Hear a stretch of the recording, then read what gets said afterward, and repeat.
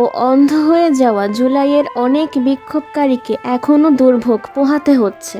বর্তমান সরকার ক্ষমতা গ্রহণের পরপরই শহীদদের পরিবারের জন্য 5 লাখ টাকা এবং আহতদের জন্য 1 লাখ টাকা দেওয়ার প্রতিশ্রুতি দেওয়া হয়েছিল, যা এখন সম্পূর্ণ আমলাতান্ত্রিক প্রক্রিয়ার মধ্যে আটকে আছে। না পাচ্ছি পুনর্বাসন, না পাচ্ছি চিকিৎসা, কি পাচ্ছি আমরা? আমাদের এখন একটাই দাবি, আমাদের অধিকার ফিরিয়ে দেন।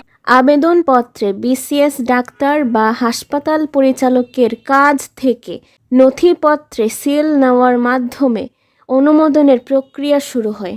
এই ফর্মের সাথে হাসপাতালের টিকিট বা এমবিবিএস ডাক্তারের সিল সম্বলিত ডিসচার্জ সার্টিফিকেট থাকতে হবে, যাতে নিশ্চিত করা যায় অভ্যুত্থানের সময় তার চিকিৎসা করা হয়েছিল। অর্থ দেওয়ার জন্য রোগীর জাতীয় পরিচয়পত্রের সাথে একটি বিকাশ নম্বর প্রয়োজন। যদি তা না পাওয়া যায় তবে বাবা মায়ের বিকাশ নম্বরই যথেষ্ট, তবে সেটি সংশ্লিষ্ট ডাক্তারকে যাচাই করে দিতে হবে। আবেদনপত্রে আঘাত বা আহত স্থানের ছবিও থাকতে হবে। মাইমুনা ইসলাম জিদনি, বার্তাবাহক 24।